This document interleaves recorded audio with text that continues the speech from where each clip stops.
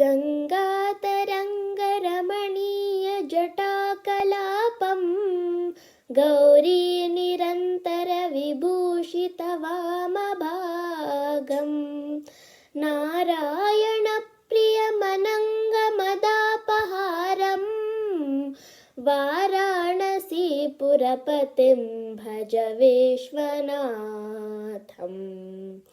वाचामगोचरमनेकगुणस्वरूपं वागीशविष्णुसुरसेवितपादपीठं वामेन विग्रहवरेण कलत्रवन्तं वाराणसीपुरपतिं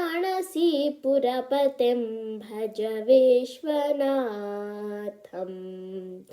भूतादिपं भुजगभूषणभूषिताङ्गं व्याघ्राजिनाम्बरधरं जटिलं त्रिनेत्रं पाशाङ्कुशाभयवरप्रद शूलपाणिं वाराणसीपुरपतिं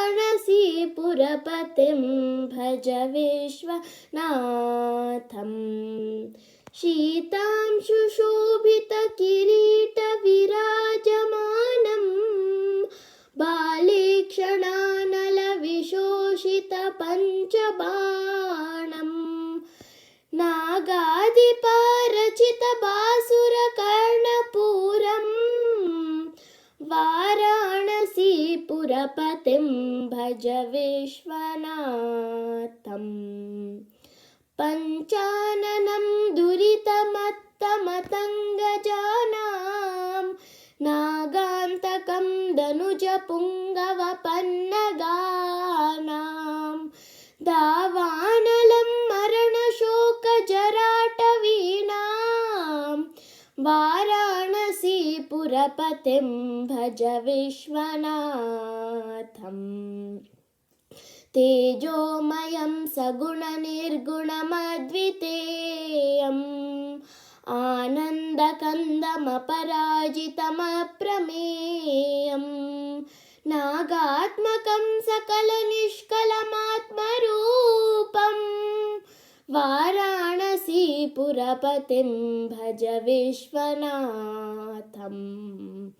आशां विहाय परिहृत्य परस्य निन्दां पापेरतिं च सुनिवार्य मनः समाधौ आदाय हृत्कमलमध्यगतं परेशं वाराणसीपुरपतिं भज विश्वनाथम्।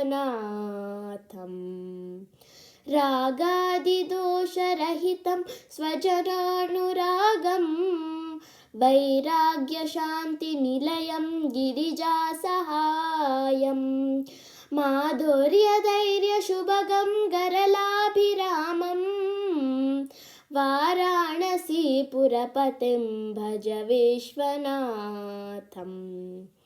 वाराणसीपुरपते स्तवनं शिवस्याः व्याख्यातमष्टकमिदं पठते मनुष्याः विद्यां श्रियं विपुलसौख्यमनन्तकीर्तिं सम्प्राप्य देहविलये लभते च मोक्षम्।